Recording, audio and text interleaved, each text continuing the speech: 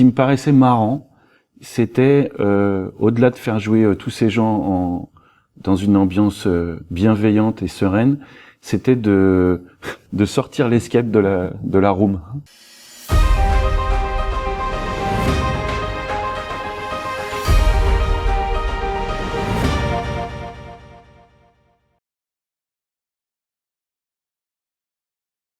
Asmodée, mais d'autres éditeurs aussi, multiplient les adaptations numériques de leurs jeux de société. C'est quelque chose que tu suis du coin de l'œil, qui t'inquiète? Ah non, alors ça m'inquiète pas du tout. Le jeu vidéo, ça fait partie aussi du jeu. Les nouvelles technologies, on peut pas faire sans. Enfin, je veux dire, il faut évoluer aussi avec son temps, avec les générations futures, avec le multimédia, les nouvelles techniques, etc. Enfin, je veux dire, c'est maintenant avec les imprimantes 3D ou toutes ces choses-là, les applications sur téléphone, ça fait partie de notre environnement, donc forcément on s'y intéresse aussi. Certaines personnes me demandent souvent la comparaison entre le marché du jeu vidéo, du numérique et le marché du jeu de société, avec une fausse idée en fait. J'ai lu des rapports un peu là-dessus universitaires et on s'est rendu compte, ils se sont rendus compte qu'en fait quand le marché du jeu vidéo a explosé au niveau mondial, le marché du jeu et du jeu de société a suivi et a explosé aussi. Donc non, c'est pas quelque chose qui va venir absorber les petits pions, les petits dés. Pour l'instant, on en est aux prémices. Il y a certains jeux qui l'utilisent de plus en plus, certains formats de jeux. Après, c'est au public aussi de faire son choix. Il y a des éditeurs qui intègrent cette nouvelle technologie vraiment au cœur de la mécanique et du jeu. Unlock, si on n'a pas l'application, on peut pas jouer. Voilà. C'est clair. Ça fait partie alors c'est pas vendu dans la boîte, mais il faut quand même avoir son téléphone ou sa tablette, mais ça fait partie de la mécanique. D'autres, si c'est uniquement une transposition du jeu, c'est clairement pour toucher un autre public, ou en tout cas faire que ce jeu-là, comme Colt Express qui est sorti en numérique, ils essayent de toucher un autre public un peu plus nomade, etc., voire à satisfaire les envies j'ai envie de jouer tout seul ou n'importe où, parce que c'est un jeu, quand on le place sur la table, il y a énormément de matériel, donc il y a un peu de contraintes. Or, sur le téléphone, les contraintes, elles sont tout de suite complètement enlevées.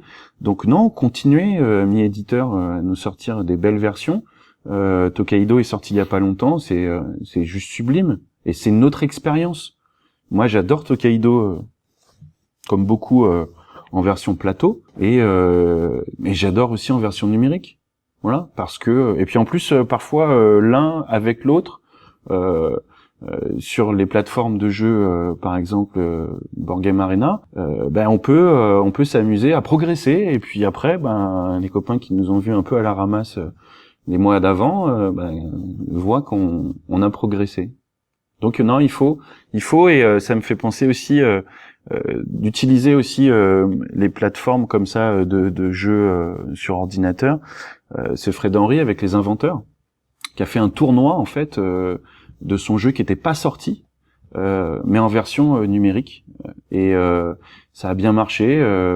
Et voilà, donc on peut aussi l'utiliser comme ça, pas à l'intérieur du jeu, mais autour du jeu. Alors justement, on parlait de Fred Henry, on parlait tout à l'heure aussi des ludothèques qui pouvaient être perçues comme un endroit que pour les enfants. D'avoir reçu justement Frédéric Henry, donc auteur et éditeur de jeux à succès, est-ce que c'est un moyen de changer ça justement? Oui, c'est un moyen, et puis c'est un moyen aussi de répondre à son public. Mais oui, c'est un moyen de se dire alors ok, Fred Henry, c'est pas Georges Clooney. Je veux dire, voilà, il est connu dans le monde du jeu, il est très connu dans le monde du jeu. En même temps, en plus, c'est quelqu'un d'adorable, qui a des avis sur pas mal de choses, j'ai appris beaucoup de choses en discutant avec lui, et donc oui, ça fait venir du coup un public de gamers, ça fait venir aussi un public de gens qui se disent effectivement les ludothèques peuvent inviter des auteurs. On n'est pas là que pour juste transmettre des règles, ou on n'est pas là juste pour acheter des jeux. On est là aussi pour, comme on disait tout à l'heure, il y a le côté social aussi, et moi je mets un point d'honneur en fait à ce que les gens arrivent aussi à discuter avec des professionnels, que ce soit des éditeurs, ou des auteurs de jeux. Parce que on se pose des questions. Alors, tout le monde n'est pas aussi curieux que moi, mais je pense que c'est important aussi de savoir comment on sort un jeu, quelles sont les étapes, combien d'argent. C'est vrai que quand on dit que Conan sur Kickstarter ça a fait lever plusieurs millions de dollars, et on se dit que Fred Henry est venu en jet privé et puis en Rolls-Royce. Non, il faut savoir ce qu'il y a derrière, pourquoi c'est fait, comment c'est fait. Oui, c'est un secteur qui commence de plus en plus à brasser beaucoup d'argent. Oui, c'est vrai, mais on est encore sur des professions qui sont peu connues. Et auteur de jeux, éditeur de jeux, monter sa maison d'édition, etc. Et puis un créateur, ça reste aussi un créateur et un artiste. Alors nous, on reçoit des photographes qui font des expos, des peintres qui font des expos. Recevoir un jeu qui a fait un auteur qui a fait un jeu, c'est aussi un artiste. Et permettre aux gens de pouvoir rencontrer quelqu'un qui côtoie presque toutes les semaines parce qu'il joue à son jeu. Alors ok, il est pas dans leur salon, mais presque, parce que du coup on a une partie un peu de son cervelet dans la boîte. En plus de pouvoir faire dédicacer, ça je trouve ça assez sympa. On revient à l'objet culturel, un peu comme un livre, ou quelque chose qu'on va garder. On va avoir des émotions sentimentalement, on va s'attacher à un jeu qui est dédicacé. Pouvoir faire découvrir ce genre de personnage au public, pour moi ça reste important. Ouais. Et d'ailleurs, comment s'est passée cette rencontre? Ça s'est passé via Facebook. Pour la petite histoire, Fred Henry était en pleine promotion des inventeurs et je suis assez présent sur les réseaux sociaux et je suis tombé sur une conversation avec une association bordelaise, je crois, si je me trompe pas. Ils rectifieront si jamais je me suis trompé. Et donc, du coup, j'ai répondu en disant Fred, quand est-ce que tu viens à Toulouse? Ici aussi, on aimerait bien que tu viennes avec les protos des inventeurs, etc. Et puis, il m'a répondu quand tu veux. Donc, il m'en fallait pas plus. Donc voilà, je l'ai recontacté. On a mis une date. On s'est vu au Festival de Cannes. Et puis comme c'est quelqu'un de génial, ça s'est fait comme ça, quoi. Vraiment, parce qu'en fait, j'ai beaucoup de collègues qui se disent que les auteurs, les éditeurs c'est une autre planète, ils sont intouchables, inabordables. Moi, je dis qu'ils tentent rien à rien, et en même temps, il faut qu'on développe un réseau, et ça passe aussi par des gens comme ça, et ça passe aussi par des auteurs, même si c'est pas un auteur édité, et ça passe aussi par des gens qui ont une certaine reconnaissance dans le milieu. Et Fred, voilà quoi, super rencontre. Et il va revenir. Tu as aussi organisé avec l'aide de In Game We Trust une escape game pour 65 joueurs. Comment est née cette idée? A-t-elle été difficile à mettre en place et surtout, comment ça s'est passé? Alors ça s'est passé bien. Et en fait, à l'atelier, moi je voulais depuis que ça a ouvert, je voulais absolument qu'il y ait un événement ludique qui soit pas un festival, mais qui soit un événement ludique un peu à part. Qui se passe chaque année, qui concerne plein de monde, donc on va dire un public mélangé et nombreux, pour faire découvrir d'autres activités ludiques que ce que les gens connaissent, un peu les sortir de leur zone de confort. Donc les 2 premières années, j'ai proposé donc aux élus des détectives parties qui sont en fait des murder light, soirée enquête like, où les gens n'ont pas de rôle précis et fonctionnent en équipe, et il y a un scénario avec forcément une personne qui décède et on doit trouver le coupable. J'ai fait ça les 2 premières années. Première fois 80 personnes, deuxième fois presque 120 personnes, avec à partir de 10 ans, donc adultes et enfants mélangés. Et on était sur du jeu compétitif. Avec l'avènement d'Unlock, des escape rooms, etc., je me suis dit tiens, mais pourquoi on ferait pas quelque chose de collaboratif, voire du coup complètement de coopératif. Parce que aussi on est dans une période où on sent que les projets sociaux, etc., les gens ont besoin aussi.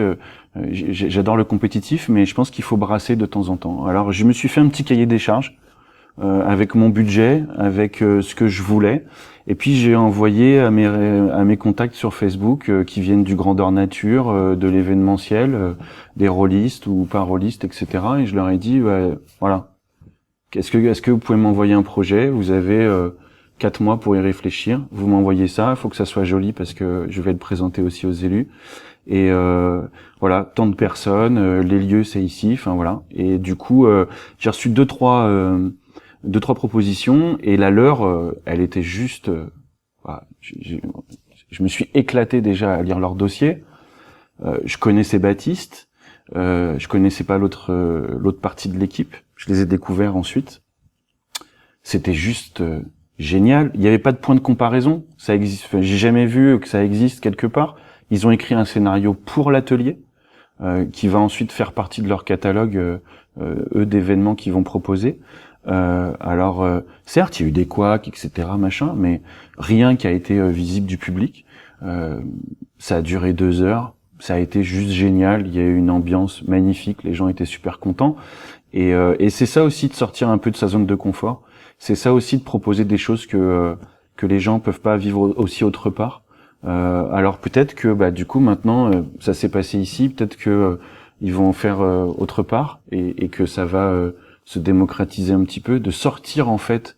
Ce qui me paraissait marrant, c'était au-delà de faire jouer tous ces gens dans une ambiance bienveillante et sereine, c'était de sortir l'escape de la room en fait et de le faire dans un lieu ouvert avec des fenêtres, etc. Et voilà, donc Paris gagné et je pense que l'année prochaine on réfléchit à quelque chose d'à peu près semblable. Toulouse est une des villes ayant le plus de ludothèques. Est-ce que vous avez des liens entre vous avec les autres ludothèques de la région? Oui, alors on a des liens déjà de par l'ALF, donc l'association des ludothèques de France. Donc tu es vice-secrétaire? Vice-secrétaire de l'ALF Occitanie, là, qui vient de naître, parce qu'en fait, avant on était Midi-Pyrénées, et il y avait Languedoc-Roussillon un petit peu plus bas en France, et donc on a fusionné très très récemment, lundi dernier d'ailleurs. Donc ça fait une semaine. Donc de par ce maillage associatif, oui, on a des contacts mensuels en fait, juste pour ça. Et puis ensuite, oui, on a des contacts parce qu'on fait le même boulot. Parce qu'on se voit et qu'on se connaît et qu'on apprend à se connaître sur les festivals aussi. Alors je les connais pas tous parce qu'il y en a qui sont en pleine campagne, d'autres c'est des ludomobiles, d'autres ils sont moins sur le jeu de société que moi, etc. Donc on est vraiment parfois très différents, mais on est sur le même, on est dans le même train tous ensemble. On a les mêmes missions, on va peut-être les articuler différemment. Mais oui, mais après comme toute entre guillemets corporation professionnelle, oui, il faut qu'on puisse discuter avec des collègues. Moi, je travaille ici tout seul en tant que ludothécaire, mais on a une équipe de 7. Mais oui, les problématiques, les expériences personnelles, c'est inéluctable. Moi, quand j'ai commencé ici, ça a été quasiment mon premier réflexe d'adhérer à l'ALF parce que j'avais besoin de rencontrer des collègues qui travaillaient dans des bâtiments complètement différents, qui avaient des missions différentes, qui étaient associatives. Ah tiens, c'est quoi la différence du coup? C'est quoi tes problématiques? Donc oui, c'est hyper important de pouvoir se connaître, s'apprécier. Après, ça c'est chacun voit midi à sa porte, mais en tout cas d'échanger avec ses collègues, de se soutenir et de mener les combats ensemble quand il y a des combats à mener, ou en tout cas vivre des belles aventures ensemble quand on vit des belles aventures, et on en vit beaucoup. Ludovic, merci. Merci à toi.